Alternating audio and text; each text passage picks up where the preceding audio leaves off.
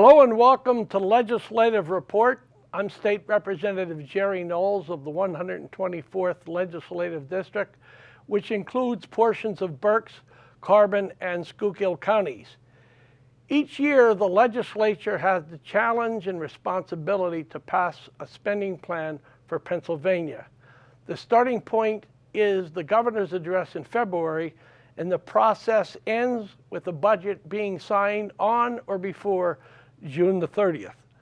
Joining me today is the chairman of the House Appropriations Committee, Representative Bill Adolph.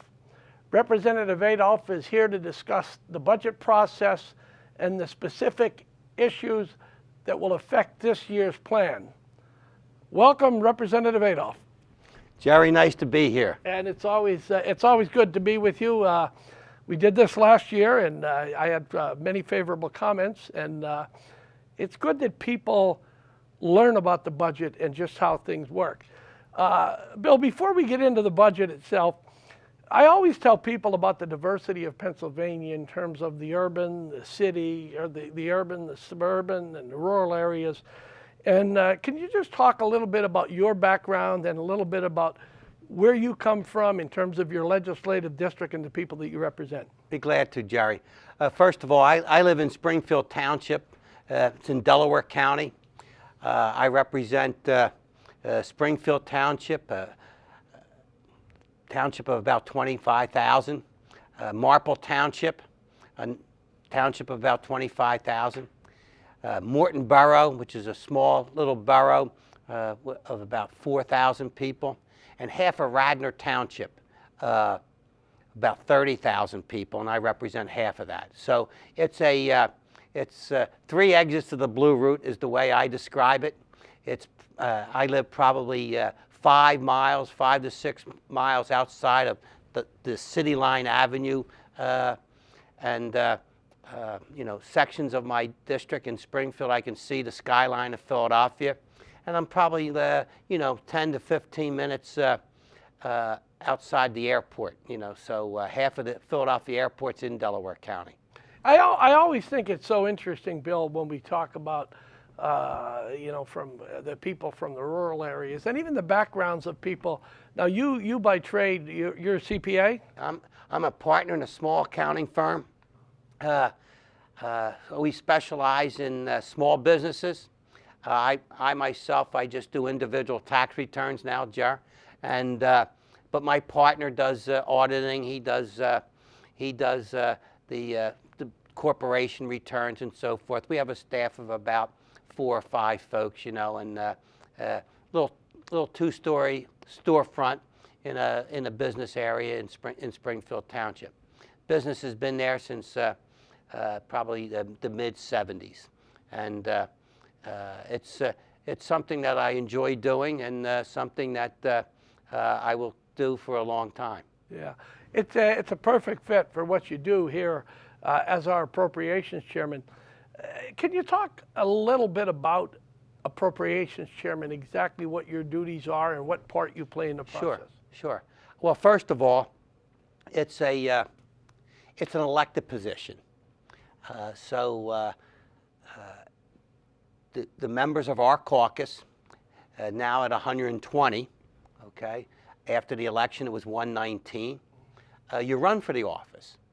And I've been very fortunate the last 2 elections. It's a 2-year term like our legislative office, and you run for appropriations. And it's a huge responsibility, and I say that with experience now, because you are charged with putting together the state budget. Unlike Washington, D.C., we actually have to have a balanced budget, and by the Constitution, we're supposed to have it done by June 30th. And I take that as a challenge. And with your help over the last 4 years, we've had a balanced budget and an on-time budget. Mm-hmm. And some people say, well, that's what you're supposed to do. But it's not easy. It's not easy. And everybody has their ideas of what should be in the budget and how to pay for it. And we've been able to do that over the last 4 years without increasing taxes on the small businesses, without increasing taxes on the residents of Pennsylvania. But we did it because we used other means. And what I say that is that we used some one-time revenue sources. And I think it's a good practice every once in a while. I have to do it in my own business. Sometimes I have to take out of escrow accounts in order to pay operating expenses. And that's what we did here. And some of the things have worked out. Some things the new governor has come in and has through executive order, has taken away. But it's a responsible position, and we run a committee. It's got 37 members. I always tease my good friends in the Senate. My committee's almost the same size as the state Senate. And but I've been able to put together an appropriations committee that represents everything that you're talking about, Jer. Urban folks, suburban folks, rural folks. Because I figure if I can't get a budget out of the committee, I'm never going to pass it on the floor of the House. No reason putting together a committee that does not represent the entire Commonwealth, and that's what I've done. Can you talk, Mr. Chairman, can you talk a little bit about the process in terms of, we all know that it begins with the governor's budget address, and then can you tell us where does it go from there? Okay. Well, this year, because we have a new governor, the governor has till the second Tuesday in March to give his budget proposal, which I think is a good idea. Gives him an extra month to get prepared and so forth and put together the budget, which Governor Wolf did. And right after the governor's budget address, the House Appropriations Committee holds hearings. No different, Jaron, no different than your local municipalities do at home. They bring in the department heads, and just like small businesses do, they bring in their different supervisors and so forth, and they go over each individual budget. Well, we went through 3 weeks of hearings where we bring in the Secretary of Human Services, Secretary of Education. We brought in the 4 state-related university presidents. We brought in the chancellor of the state system. And they've all presented to us their budget. And some are different than the governor's, but most of the time it's in line with what the governor is proposing.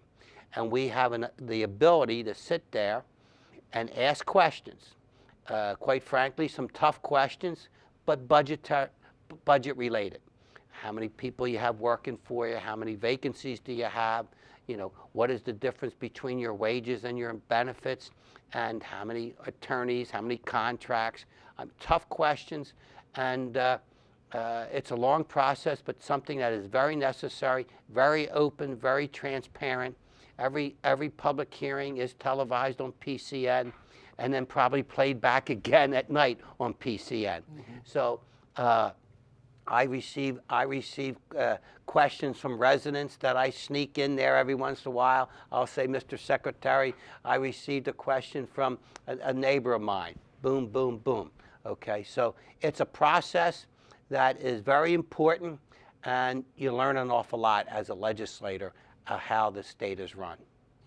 Bill, what about a breakdown on revenues historically? I mean, when we talk about revenue, we've got various taxes that we collect, and what other sources of revenue are out there that we use to put the budget together? Okay. When we're talking about the general fund currently is at $29 billion. $29 billion. Roughly about 40% of that comes from the personal income tax that gets taken out of people's paychecks. That's at a 3.07%.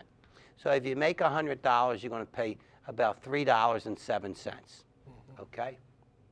That's 40% of that $29 billion comes from Pennsylvania income tax.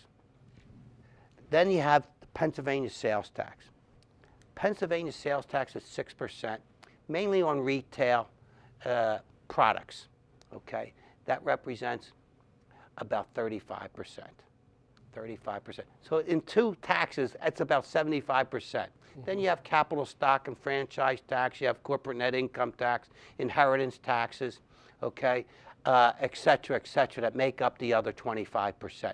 But the main two taxes, Jerry, is what everybody is paying in Pennsylvania, PIT and sales tax. So that's, and boy, I guess in the proposed budget of Governor Wolf, I guess we've seen that jump pretty. I always think, Bill, that when we talk about billions, I don't know that that sinks in. I thought, I don't remember whether it was one of your members of your committee or it may have been you that talked about the fact that if indeed this budget were to pass as proposed by Governor Wolf, we would be spending $1,017 a second, and that is $150 a second more than what we're currently spending. I mean, that's... Yeah, I was not the one who said that, but when you're talking in billions, Jerry, and I'll give you a perfect example of what sometimes is overlooked. We talked about a structural deficit and so forth and so on, and we have a structural deficit where sometimes revenues aren't coming in as projected, or sometimes expenses run more, and sometimes we need to adjust. Well, the latest structural deficit that we have, as provided by the Independent Fiscal Office, is 1.5. I happen to agree with that. Our staff has come up with the same type of figures. Governor Wolf's administration continues to use $2.3 billion structural deficit. Well, in my opinion, there's a huge difference between $2.3 billion and $1.5 billion. The difference being $800 million. So in order to get off to a good start when you're putting together a budget, you have to have a starting point. Do we have a $1.5 billion structural deficit, or $2.3 billion? Difference of $800 million. Why? That's $800 million less than you really need, and that's what's important. So that's what we're talking about. When we talk about how is the money spent? I mean, I think you covered a good part of that, but when you talk... How's the money spent? Jerry, you know, you got a little pie chart, and I think they're going to put it on there. Okay, right now, education represents anywhere between 41% to 46% of our state budget. And I say that because if we go from pre-K to 12th grade, it represents about 41%. If you add on the higher education, which is our state system, 14 schools, and our 4 state-related, that's another 5%, or a $1.8 billion, okay? That's a lot of money. That's 46% of our state billion, of that $29 billion. Mm-hmm. After that, you have human services. Now, Jerry, human services represents about 35%, or just under $12 billion, $11.9 billion. When you add education with human services, you almost got the whole budget put together. Okay, it leaves very little for corrections or state police or debt service. That's where it all is, in those 2 items. And they're very important. 2 priorities. Because the human services is for the elderly, nursing homes, hospitals, disabled. Then we have the education. And we're spending well over $10 billion, $10.5 billion in last year's budget for K to 12. So that's where our money's going. and it's distributed based upon the wealth of the school districts. One of the things that really drives me crazy is that this constant talk of us cutting education spending. Can you? I mean, I think certain people are playing games with that. Can you fill the viewers in on that? Yeah. Okay. Well, it started 4 years ago, Jerry. It started 4 years ago, and it's not that complicated, and I'm sure they're going to be able to put charts up there, but we received federal stimulus money, and we distributed that federal stimulus money to the school districts. With that federal stimulus money, it was for one-time programs. Don't start new programs. This was to help us out. When we lost that stimulus money, the state could not immediately pick up the dollars that were lost. So when they say we cut education, what we really did is that we increased state tax dollars, but we could not increase state dollars to pay for what was lost in federal stimulus dollars from the federal government.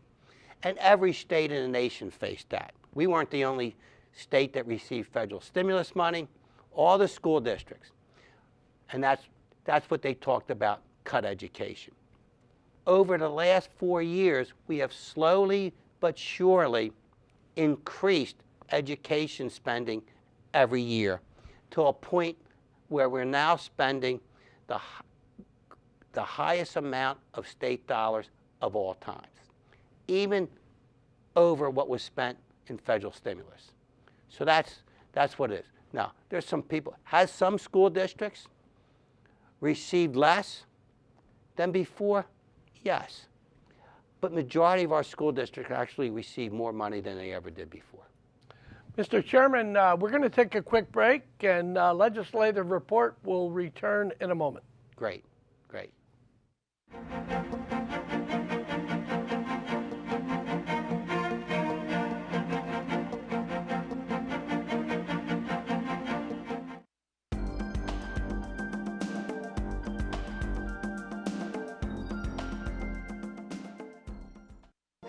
Did you know that the chamber of the Pennsylvania House of Representatives contains a painting depicting the 24 hours of the day? Located in the center of the ceiling, the mural titled The Hours was created by artist Edwin Austin Abbey. This wonderful masterpiece charts the setting of the sun, moon, and the many stars that grace the heavens. 24 maidens, who each represent an hour of the day, begin each day in light and gladness and ends in solemn drapery carried on still shoulders. Now you know. Welcome back to the program. I'm State Representative Jerry Knowles, and my guest today is Representative Bill Adolph. And our topic for the Appropriations Chair is naturally the state budget. And really appreciate the information that you've provided us with. And we talk, we talk about the two elements of the budget in terms of revenue, in terms of spending. Can you talk a little bit about one of the things that have many of my constituents concerned, and that is some of the taxes that have been proposed by Governor Wolf? And Jerry, they should be concerned because number one, it's very complex, his proposal, very complicated. And let's start out with the personal income tax. The governor is proposing a tax increase of 21%, okay, and it's 3.07 to 3.70.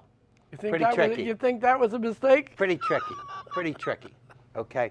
That alone, Jerry, is going to increase taxes statewide by $2.41 billion, okay?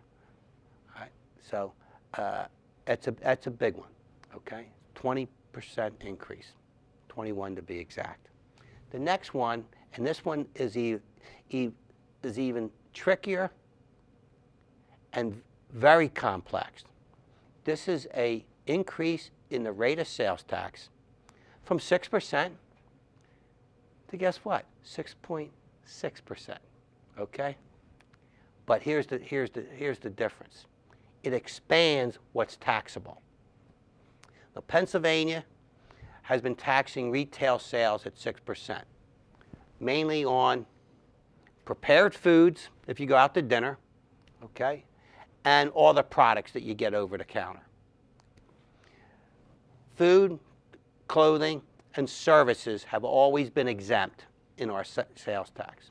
What the governor is proposing is to still keep food, your groceries, and your clothing exempt. All other services are now going to become taxable when you go in. What do you mean, Bill? Well, say, for example, you have a married couple, they have a little baby, and the baby's going to, take them to daycare.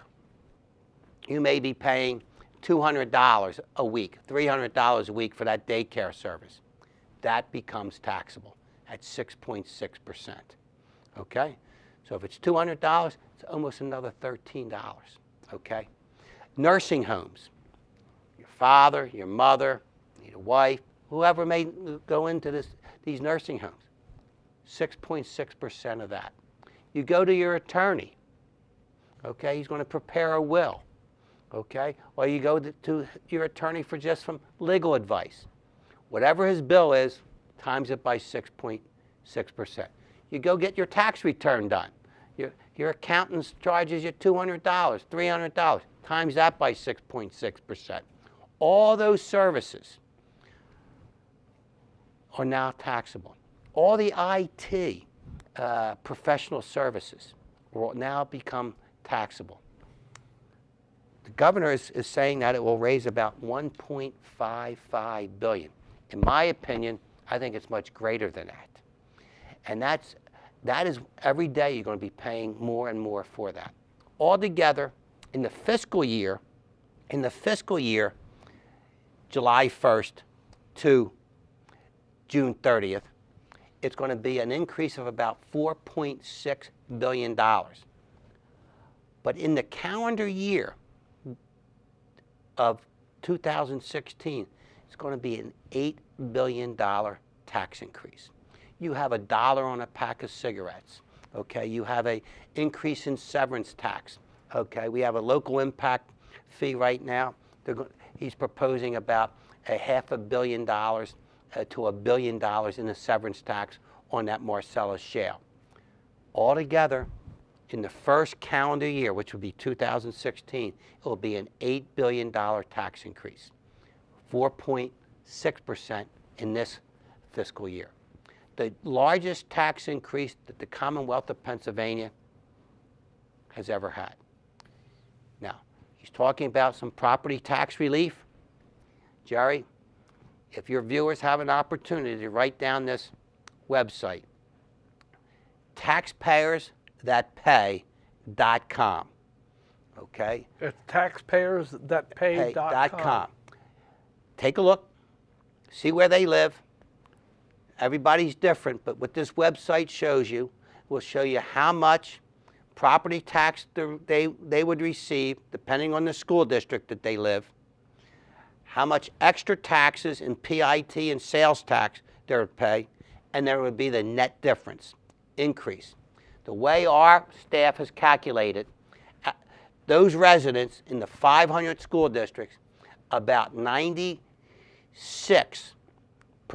of those residents will benefit, will pay less taxes. Not all of them now. I mean, it's neighbor versus neighbor, depending on who you are. Mm-hmm.